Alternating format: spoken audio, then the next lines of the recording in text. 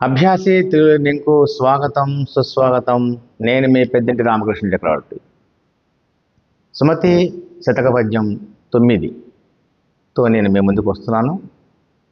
ఇందులో బద్దెన ఎవరు ఏం చెప్పినా వినాలి తప్ప మనం అది పాటించకూడదు. అందులో మంచి ఏది చెడు ఏది అనేది ఆలోచించుకొని వివేకంతో ఆలోచించి మనం అది పాటించదగదైతే పాటించడం, లేదంటే వదిలివేయాలి అనే విషయం చెప్పడం కోసం ఆయన మనకి చెప్తున్నాడు.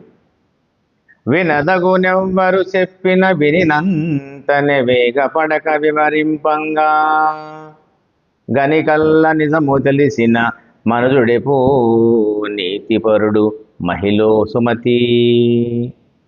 వినదగునెవ్వరు చెప్పిన వినినంతనే వేగపడక, ఎవరైనా ఏదైనా చెబితే వినడం ఆలస్యం, వెంటనే దాన్ని ఆచరించేయాలి, వెంటనే దాన్ని అమల్లో పెట్టాలి అని కాకుండా, గని కళ్ళ నిజము తెలిసిన, ఏది నిజం ఏది అబద్ధం, ఏది మంచి ఏది చెడు అని మళ్ళీ మనం ఆలోచించుకొని, అది మనకు మంచిది అనిపిస్తే మనం దాన్ని పాటించాలి, దానివల్ల మనకు ఉపయోగం లేదు అనుకుంటే మనం దాన్ని వదిలివేయాలి. కాబట్టి ఏది నిజం ఏది అబద్ధం తెలుసుకునే విచక్షణ అనేటువంటిది మనకు ఉండాలి అని చెప్పి, ఎవరు ఏం చెబితే అది మనం పాటించకూడదని, ఏది వినాలో అదే వినాలని, మిగిలినవన్నీ వదిలేయాలని, ఈ విధంగా మన మనుగడ మనం కొనసాగించాలని బద్దెన తన పద్యం ద్వారా మనకి వివరంగా చెప్తూ ఉన్నాడు.